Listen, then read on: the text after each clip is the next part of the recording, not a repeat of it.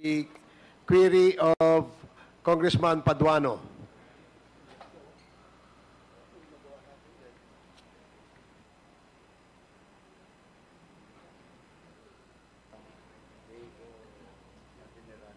Anong pangalan niya?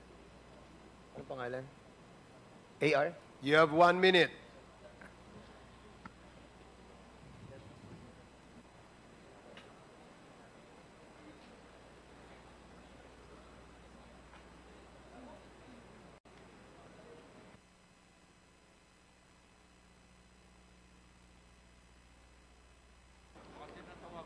Suspended ba tayo? AR, may pangalan ba o wala? Are you pretending to think about a name? Kasi, alam mo, nagdududa kami sa actuations po, Mr. mo. Chair. Ha? Ayoko pong idamay yung kaibigan ko po. Hindi naman siya madadamay. Imbitahan lang po natin siya kung talagang umuupa ka sa kanya. Yun na naman gusto ni Chairman To Paduano. be honest po, Mr. Chair, this is Ha? very stressful. Is there really a name or none at all? Kasi alam mo, sa tingin namin, you're just pretending na meron kang inuupahan doon. Kasi hindi mo masabi yung pangalan eh. Just tell us the name. Mr. Chair, What is the name? I remember, Mr. Chair. Just to put into context, I was listening intently the question of Congresswoman Swansing, and it was very clear when she asked the witness, bakit nandun yung mga gamit mo? Diba? When the raid happened. Ang sabi niya, in May, he rented a space. I think the raid happened in June. So maybe sometime there, nag-rent na siya. So ganun talaga yung pagkarinig ko rin na De La Serna, nagre-rent ka na dun sa space na yon. I mean, just near the ano. So basically, Mr. Chair, she was lying and maybe she lied to Congresswoman Swansing. Mr. De La Serna, meron ka pang opportunity before we rule on the motion to cite you in contempt. Pwede bang sagutin mo yung tanong ni Congressman Paduano? Eman po, Mr. Chair. Again? Eman po. Give us the full name. Eman Jorquales po, Mr. Chair. Mr. Eman Jorquales. Jordanes. Quales. Can you spell the last name, Pwede please? kong tingnan sa phone ko, Mr. Chair. Ano, no? Pwede kong tingnan yung spelling ng family name niya sa phone ko po, Mr. Chair. Speak louder. Can I look at my phone for the spelling of his yes. family name? Yes, but as long as you can give us the name, the complete name, the full name of your friend. Friend mo yan? Eman Jorquales po. Juliet, Uniform, Romeo, Charlie, Alpha, Lima, Echo, Sierra po. Or did you get the full name, Congressman Paduano? Mr. Chair, we direct the COMSEC to get the exact name of that person that was mentioned Comsec, by Mr. kindly approach Mr. De La Serna and tell him to give you the full name of his friend. And Mr. Serna,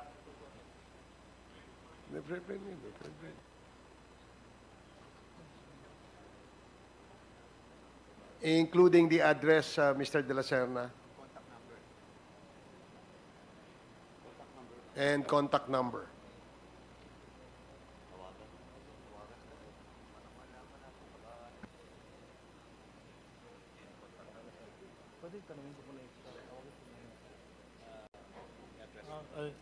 Sorry po. Yes po, Mr. Okay, Chair. Mr. De La Serna. Chairman, can I proceed? Last na maybe last or two. Mr. Lacerna, binigay mo na ba yung number ng friend mo? COMSEC? Nasa na ba? Mr. Lacerna, pag hindi mo binigay yung exact number, and we will call that number to confirm indeed that number is owned by that person, balikan kita. Yes po, Mr. Chair. Papasahit ka in contempt ulit ni Chairman Akop. Yes po, Mr. Chair. Yung address, binigay mo na ba? Yes po, Mr. Chair. Okay, last.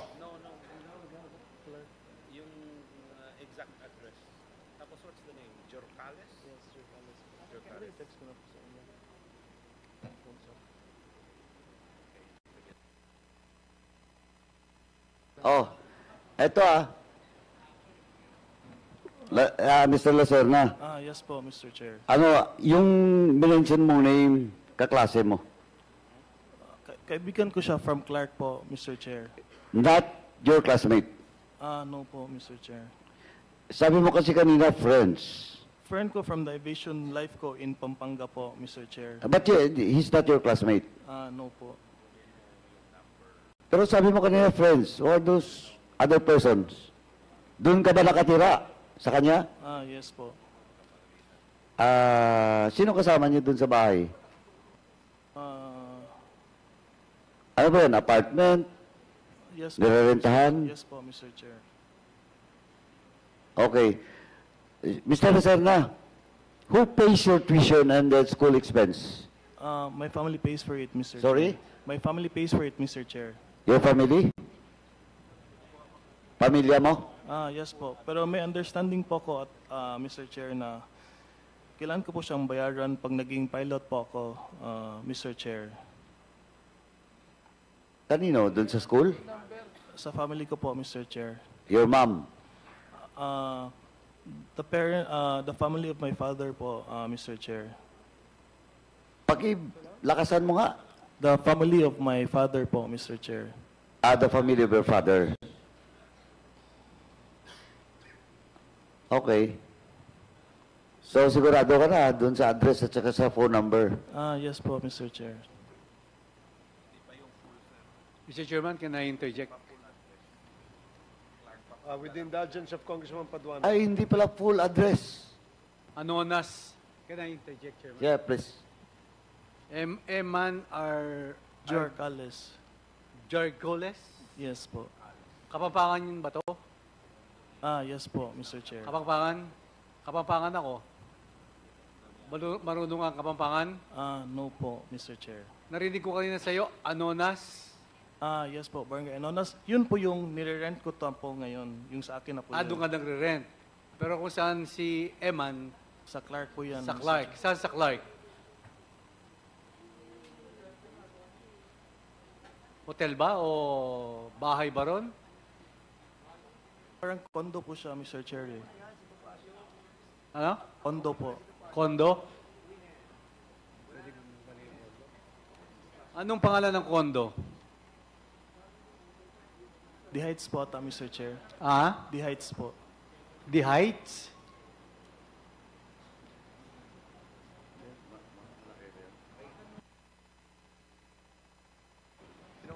Are you done, Congressman Paduano?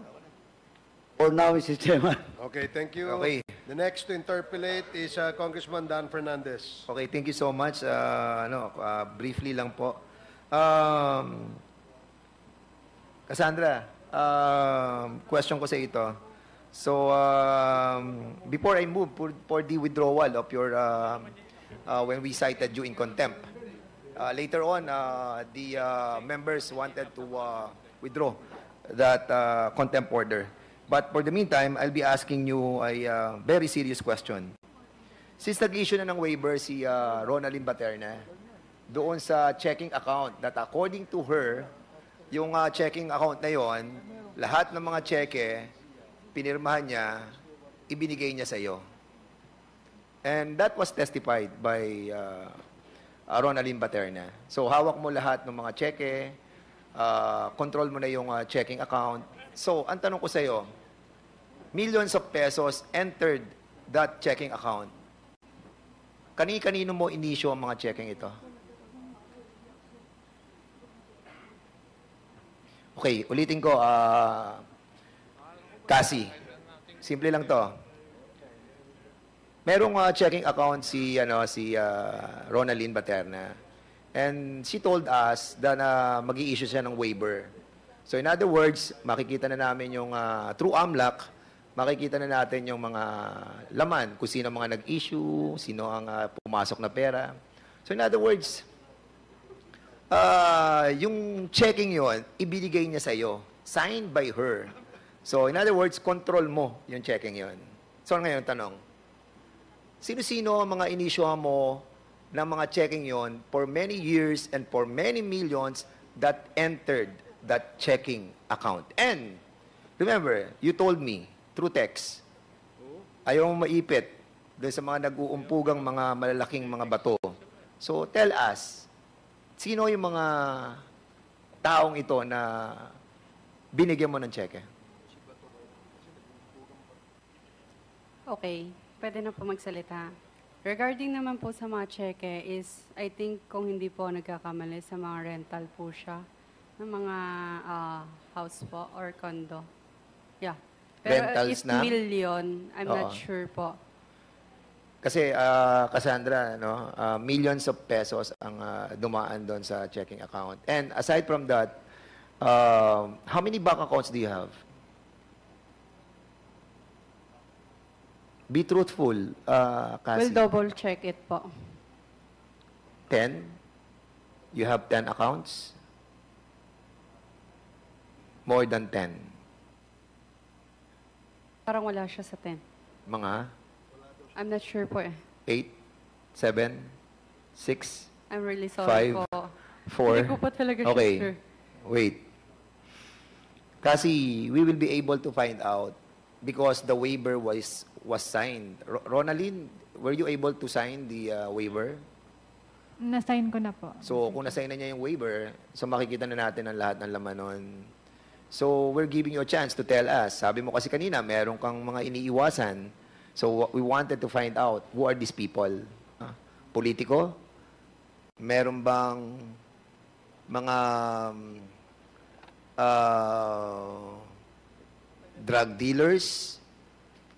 Meron bang malalaking mga Chinese personalities? Ha? Sige, okay, go ahead. Go ahead.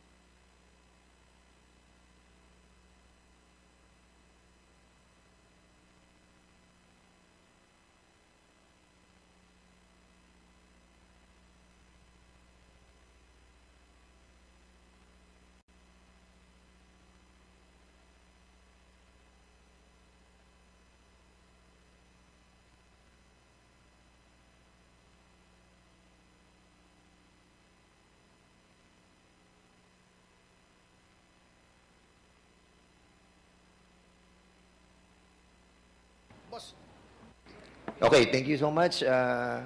Sige, Cassie, what? Regarding po sa bank account, wala na po akong bank account pala. Pwede na po siya. Cassie, Yes po. baka mabago yung damdamin ko sa'yo, ah. Ang sinasabi ko, during that time, di ba, kahit sabihin mong wala ka ng bank account ngayon,